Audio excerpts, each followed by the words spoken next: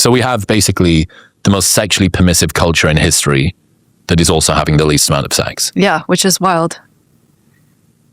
It's crazy when you think about, like, I was thinking about social media and even something as subtle as that, like everyone's on social media, but I do think even that is changing the way that people view potential partners, how they view their own partners. How so? Study that I cited in Sextinction showing that roughly 1 in 10 men actually loses interest in having sex with his own partner after looking at influencers, and that women also feel less sexually desirable after being on social media.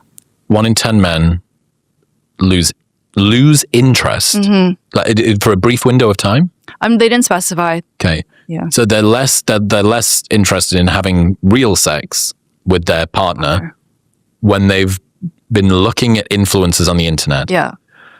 So I do remember at uni, this is so fucking bad. That was an English study too, actually. So good. Well, it was probably the people that I used to employ. It was probably the lads that used to work for me. I do remember there was two guys that were going to go on first dates with these 2 chicks 2 nights in a row. And on the first one, he turned up and he ended up going back with her and having sex. But he said she looked nothing like her Instagram. It was gutting. It's like she was so hot on the Instagram, kind of like a catfish type thing. And he had this joke about he wondered if he could have just sellotaped her Instagram to her forehead so he could have looked at that. And then the next night, the guy went out on one and she was really lovely and great. And then I don't think they'd slept with each other that night.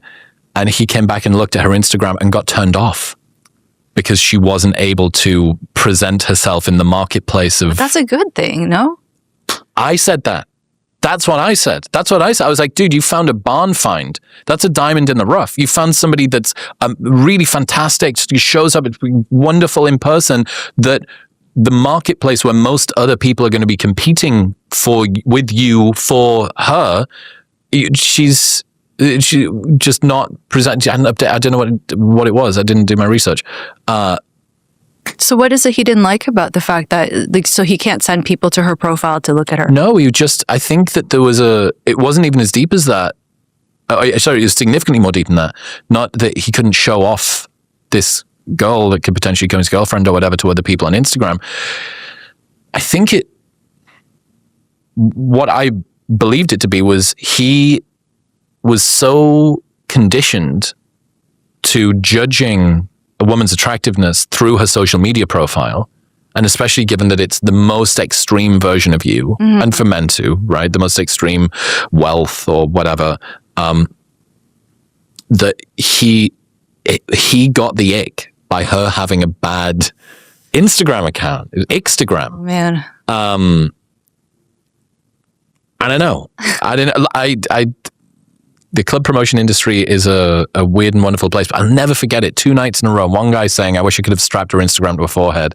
And the next night, the guy going, she was amazing, but I went and looked at her social media profile after we'd been on the date. And it was a turnoff, dude. I got the ick because her Instagram wasn't hot. So he wants a hot Instagram lady who's just as hot in real life. Yes, I think so. Look, these guys were 19. They had no prefrontal cortex. I don't even think that that's that uncommon, though. I think it's that social media has done something like that more subtly, though, to the general population. You think? Why? So guys are less likely to want to have sex after they looked at influencers, and girls are less likely to feel attractive. Yeah. They feel less attractive. Okay, so it's a comparison game. Yeah. Right. Why? What do you think's going on? What's the mechanism? Well, I wrote a chapter about plastic surgery, and when you look at this trend of especially really young, in some cases girls, getting procedures done, I do think social media has done something to make them feel that they need to do this to compete and to get a partner or to at least be found attractive. And there has to be something with just like constantly being inundated with these images on social media. They have found in, say, adolescent girls that girls who are less popular or girls who tend to do upward comparison, so tend to compare themselves to, say, more attractive women or more popular girls tend to fall prey to this a little bit more. In an attempt to try and clamber up this felt imbalance of a hierarchy that they're comparing themselves to.